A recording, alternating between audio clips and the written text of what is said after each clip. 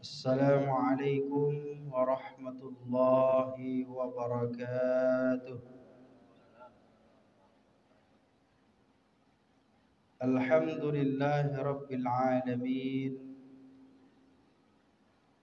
Innal hamdalillah nahmaduhu wa nasta'inuhu wa nastaghfiruh wa na'udzu billahi min shururi anfusina wa min sayyiati a'malina. Man yahdihillahu fala mudilla lahu ومن يضلل فلا هادي له أشهد أن لا إله إلا الله وحده لا شريك له شهادة من هو خير مقاما وأحسن نديا وأشهد أن محمدا عبده ورسوله المتصف بالمكارم كبارا وصبيا اللهم صل وسلم وبارك على نبينا محمد كان صادق الوعد وكان رسولا نبيا وعلى آله وأصحابه ومن تبعهم بإحسان إلى يوم الدين أما بعد. Ma'asyiral muslimin, saudara-saudara, para tamu Allah yang berbahagia. Alhamdulillahirabbil alamin, segala puji bagi Allah Subhanahu wa taala. Alhamdulillah, pada pagi hari ini masih memberikan kepada kita nikmat iman dan Islam, serta dapat mempertemukan kita di Masjid At-Taqwa yang diberkahi Allah Subhanahu wa taala ini.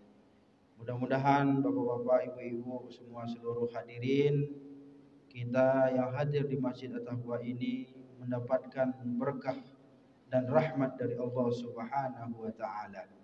Marilah kita berselawat buat junjungan kita Nabi Allah wa Rasulullah Muhammad sallallahu alaihi wasallam. Allahumma salli wa sallim wa barik ala sayyidina Muhammad wa ala ali Muhammad. Mudah-mudahan kita semuanya mendapatkan syafaat pertolongan di yaumil qiyamah nanti. Amin ya rabbal alamin. Ibu bapak, saudara-saudara, para tamu Allah, ya, alhamdulillah kita berjumpa lagi pada program KAS, kajian Ahad subuh, ya, Masjid At-Taqwa Universitas Muhammadiyah Jakarta. Alhamdulillah pada hari ini kita akan masuk pembahasannya tentang tugas dan tanggung jawab pemimpin dalam Islam. Bapak Ibu yang berbahagia, terima kasih kehadirannya para bapak haji, ya, para jamaah, bapak-bapak, ibu-ibu, terkhusus para DKM Masjid At-Taqwa. Ada juga Bapak Dr. Ayuhan dan para jamaah silaturahim At-Taqwa yang tetap setia dalam mengikuti kajian program KAS setiap Ahad subuhnya. Mudah-mudahan semakin solid kita, semakin dekat kita, semakin erat tali persaudaraan di antara kita. Amin ya rabbal alamin. Saudara-saudara kaum muslimin yang berbahagia, kalau kita lihat tanggal 20 kemarin kita saksikan bersama-sama, kita sudah berganti pemimpin, berganti presiden. Dari Bapak Joko Widodo jadi Bapak Prabowo. Ini adalah merupakan suatu perubahan yang sebenarnya perubahan yang biasa-biasa saja. Cuman bagi sebagian orang perubahan ini adalah merupakan perubahan yang dianggap suatu hal yang sangat luar biasa. Kenapa demikian?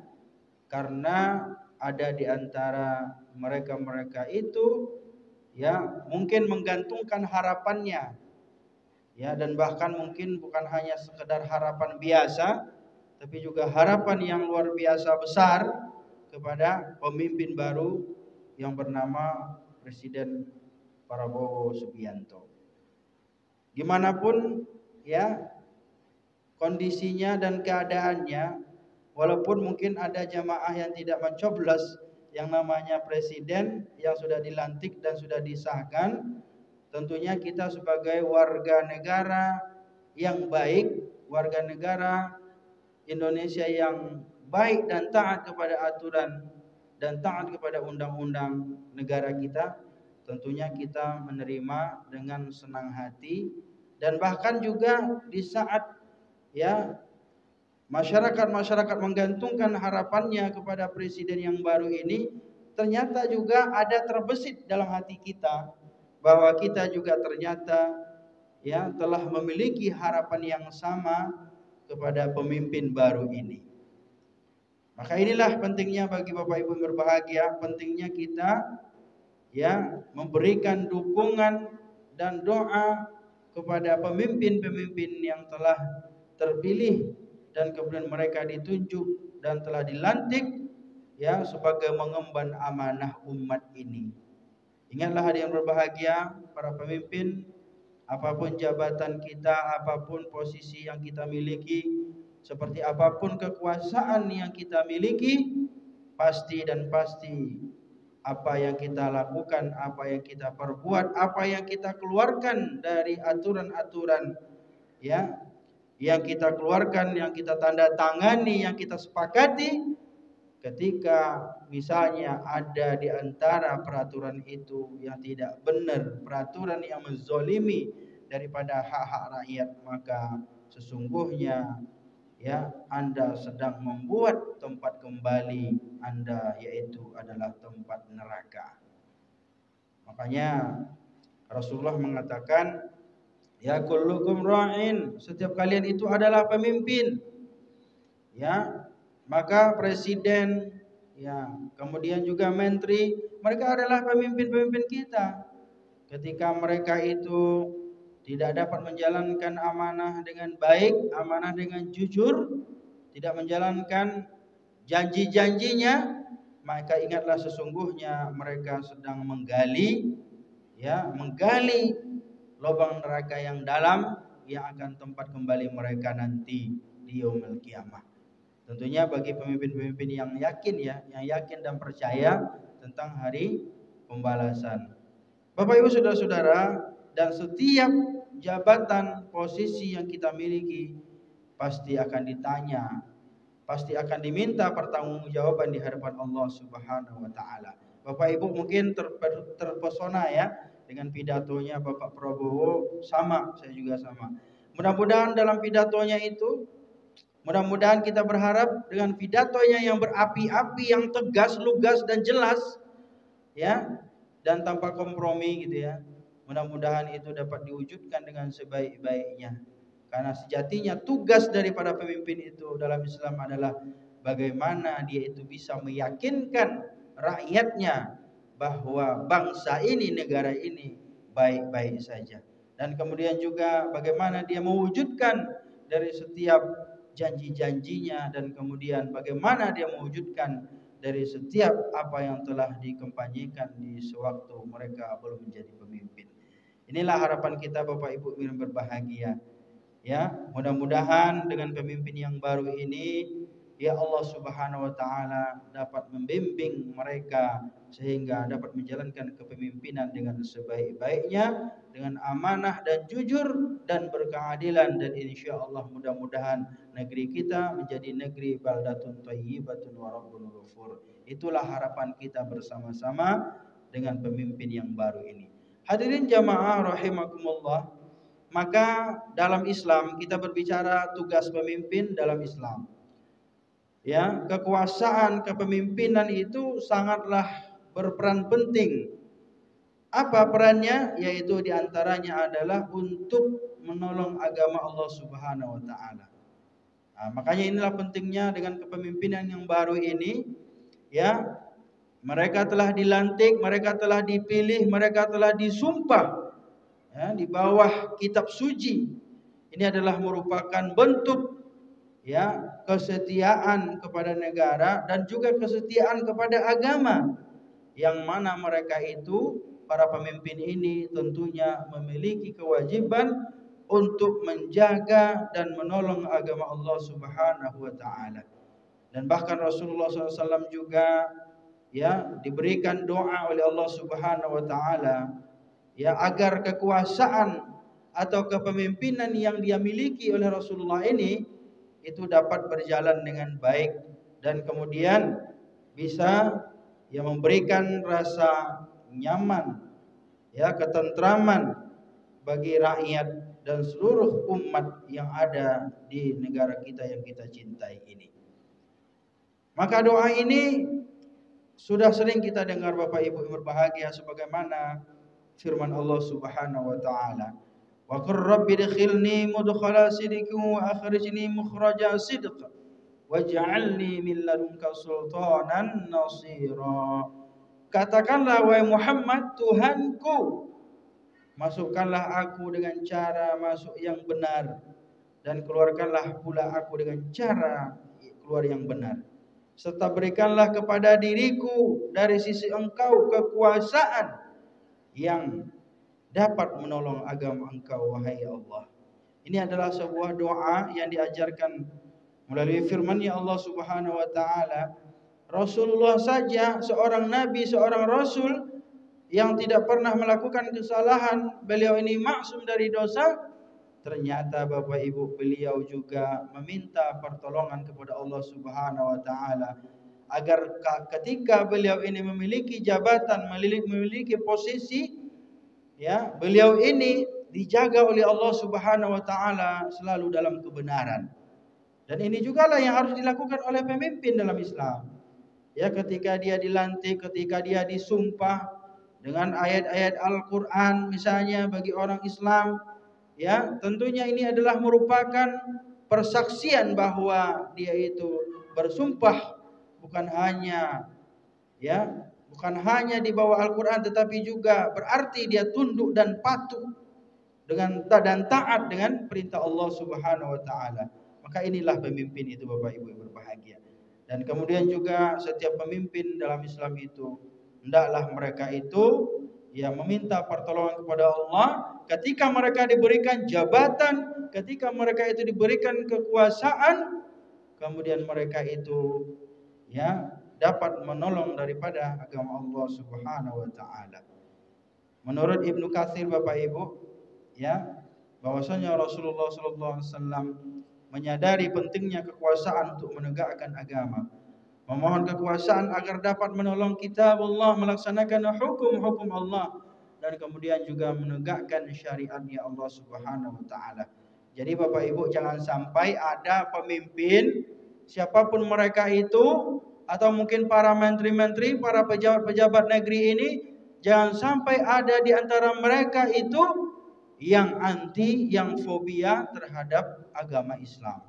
Apalagi sampai menghalang-halangi umat Islam dalam melakukan kebaikan. Jangan sampai ini terjadi.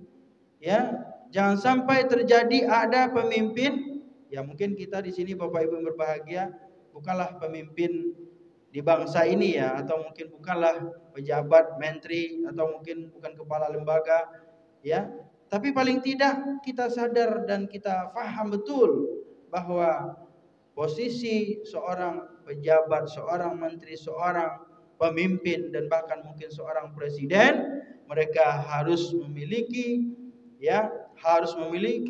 kewenangan untuk melindungi daripada setiap agama-agama di bangsa ini yang diakui dan kemudian terkhusus kepada ajaran dan syariat Islam. Jangan sampai ada yang menghalang-halangi dan kemudian sampai terjadinya permusuhan, pertikaian di antara agama. Nah, ini berarti ada sesuatu yang tidak beres, ada sesuatu yang ganjil, ada sesuatu yang tidak benar di dalam kepemimpinan jika ini terjadi di antara masyarakat dan bangsa Indonesia. Apalagi kita kenal sebagai negara yang aman, damai, sentosa gitu, dan bahkan relatif tidak ada yang namanya rasisme, masalah agama. Insya Allah walaupun Indonesia memiliki agama yang banyak, suku, adat istiadat yang beragam, namun karena kita sebagai bangsa dan rakyat Indonesia, kita semuanya adalah satu dalam Bhinneka Tunggal Ika. Saudara-saudara kaum muslimin berbahagia, maka dari tafsir ini Ibnu Katsir mengatakan bahwa ada dua fungsi utama kekuasaan yang dimiliki oleh seorang pemimpin itu, Pak. Yang pertama apa? Yang pertama, pemimpin itu ketika mereka mendapatkan kekuasaan, maka hendaklah menegakkan syariat Islam. Walaupun negara kita bukan negara syariat Islam ya Pak ya, bukan negara Islam dan bukan juga negara khilafah atau khalifah, tetapi paling tidak kita yakin dan percaya bahwa dengan pemimpin yang baru, dengan pemimpin yang bijaksana, kita harapkan mereka itu bisa berlaku adil dan kemudian bisa menegakkan syariat Islam dan menjaga kelestarian syariat Islam di negara Kesatuan Republik Indonesia ini. Maka inilah yang harus dilakukan oleh kepala negara agar mereka ini ya mendukung dan membentengi serta memberikan perlindungan rasa nyaman dan aman ketika setiap penduduknya yang melakukan ibadah terkhusus dalam hal ini adalah umat Islam, agar mereka yang melakukan ibadah ini dapat menjalankan ibadahnya dengan khusyuk, dengan tenang, dengan tentram, tidak ada teror, ya tidak ada ketakutan, tidak ada keresahan, tidak ada kegelisahan. Inilah yang diharapkan kita sebagai umat Islam, sehingga kita beribadah kepada Allah Subhanahu wa taala tidak merasa terintimidasi Bapak Ibu. Nah, inilah ya. Inilah tugas pemimpin yang pertama ketika mereka mendapatkan kekuasaan, yaitu menegakkan syariat Islam atau menjaga kelestarian syariat Islam. Yang kedua adalah untuk mengurus urusan masyarakat sesuai dengan ajaran Islam dan juga mungkin undang-undang yang sudah ada di negara kita. Ya, seandainya para pemimpin, para pejabat kita yang sudah dilantik, yang sudah disumpah, ya ingin menjalankan syariat Islam atau menjalankan ajaran Islam, atau bahkan mungkin minimalnya ya di antara mereka itu memiliki kecintaan ya dan juga mereka memiliki keinginan untuk menjalankan negara ini, menjalankan kepemimpinan dalam negara ini ya dengan undang-undang yang telah diatur, yang telah dibuat, yang telah disepakati.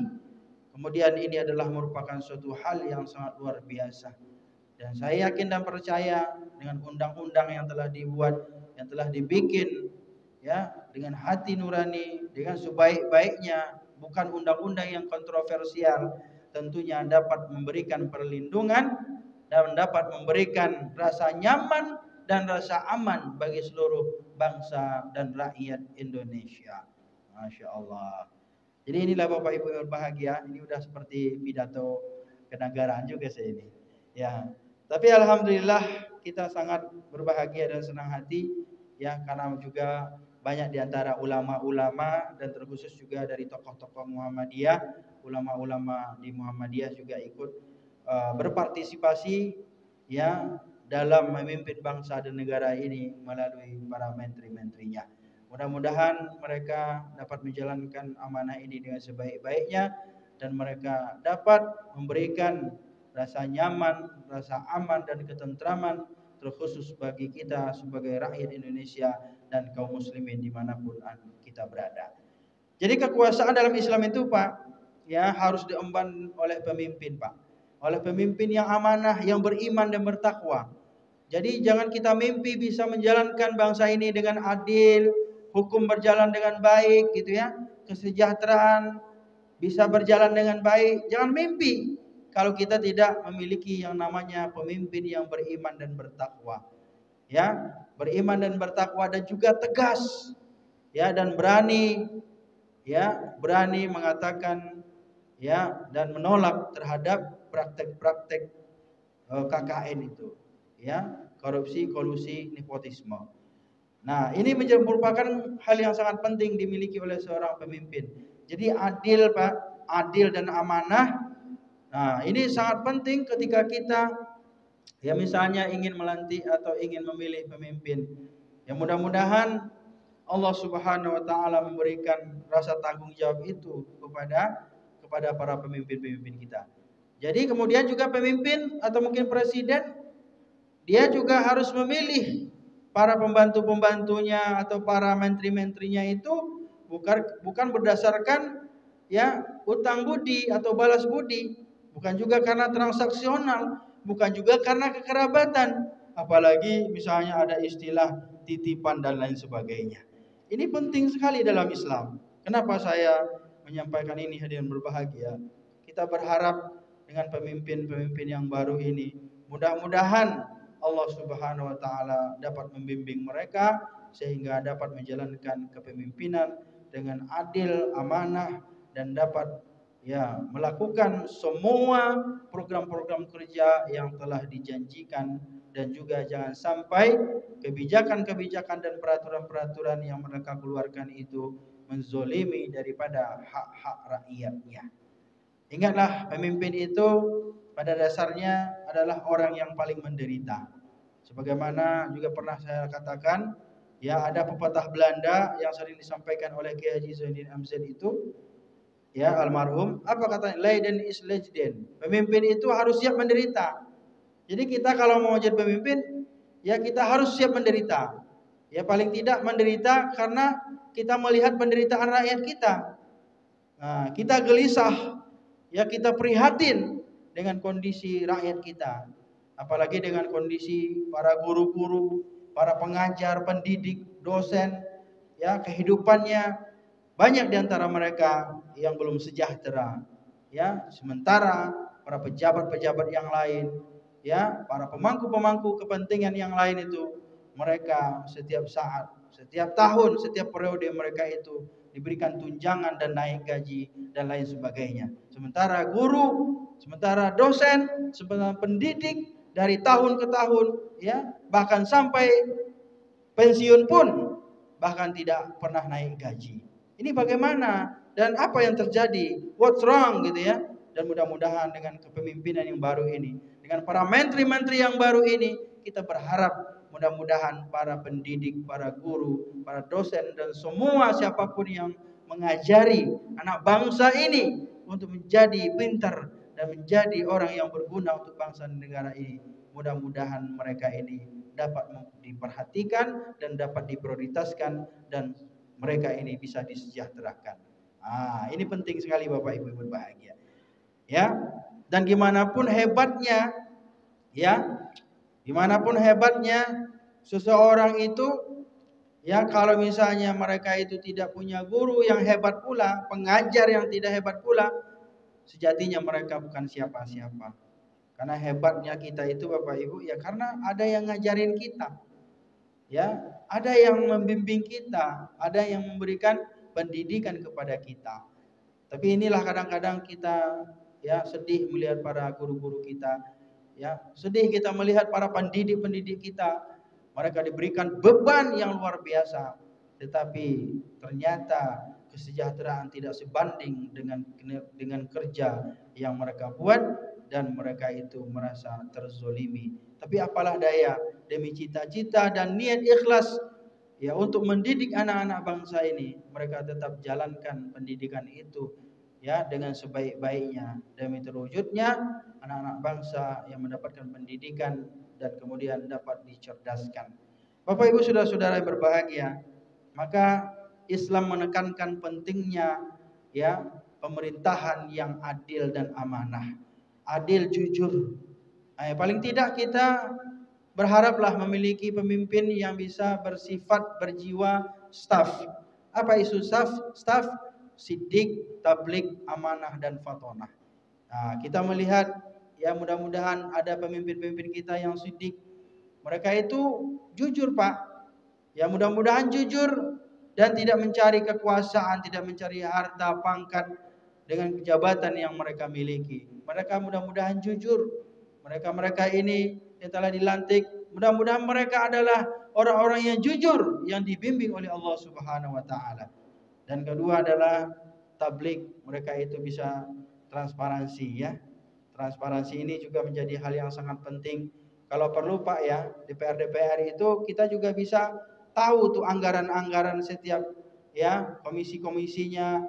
Kemudian juga kita bisa memantau kinerja-kinerja mereka ini sangat penting juga ini sebagai rakyat dan bangsa Indonesia, demi transparansi. Jangan sampai ada kecurangan, apalagi kata Pak Prabowo itu adanya kebocoran anggaran, penggendutan anggaran. Ini kita perlu telusuri. Tapi apalah daya kalau misalnya tidak bisa dipantau, mudah-mudahan melalui para mereka yang mewakili kita bisa memantau itu semua. Kemudian amanah ini orang yang bertanggung jawab, ya, orang yang sesuai janji dengan perilakunya.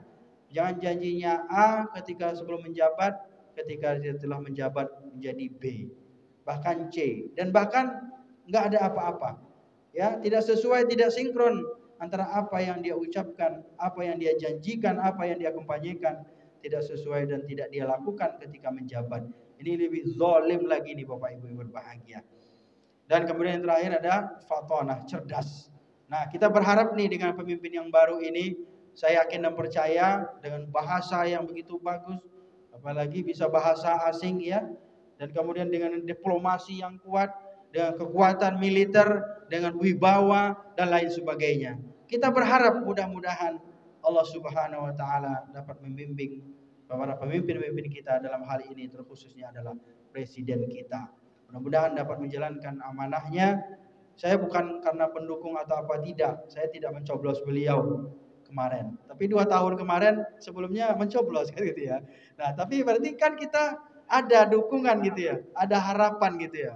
Walaupun itu harapan masa lalu kan gitu ya. Tapi mudah-mudahan itu bisa menjadi inspirasi buat kita semuanya Bapak Ibu. Itu saja mungkin barangkali kajian kita, ini persis kayak pidato Prabowo juga nih nanti ini. Ya. Jadi mudah-mudahan semuanya ini kita berharap bukan karena kita ingin mendapatkan sesuatu ya. Kita ingin mengharapkan sesuatu, berbuatlah ya dan berikanlah sesuatu. Jangan tanyakan apa yang kau dapatkan dari bangsa ini, saudara-saudara. Tetapi tanyakan pada dirimu, apa yang telah kau berikan untuk bangsa ini. Nah, inilah yang penting kita ingat buat kita sebagai bangsa dan rakyat Indonesia. Bapak Ibu, saudara-saudara, itu saja barangkali tausiah kita, tausiah kenegaraan ini. Masya Allah ya, dalam rangka pemimpin yang baru, mudah-mudahan Allah Subhanahu wa taala membimbing kita semuanya dan dapat memberikan rasa nyaman ya, rasa tentram dan kedamaian dari para pemimpin-pemimpin kita. Kita tutup dengan membaca hamdalah. Terima kasih atas perhatian. Mohon maaf Bapak Ibu kalau kurang berkenan. Nasrul minallah wa fathu qarib wa syaril mu'minin. Wassalamualaikum warahmatullahi wabarakatuh.